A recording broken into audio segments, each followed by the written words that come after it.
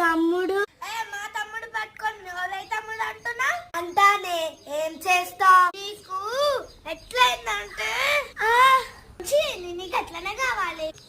ఇక్కడ కింద పడిపోయానని సోయే లేదు. వీళ్ళతో ఎట్లుండాలో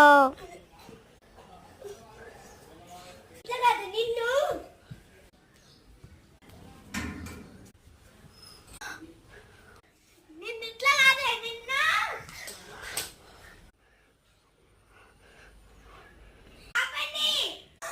తమ్ముడు లేచిండు. తమ్ముడు లేచిండు. తమ్ముడు బర్గర్ తిందామని పిలిచా అని మీరు గొడవ పడుతులే. అసలు ఈ గొడవ అంతా స్టార్ట్ చేసింది ఈ పిల్లని కాదు తమ్ముడు ఇదే. అసలు దీంతో మనకెందుకు రమణం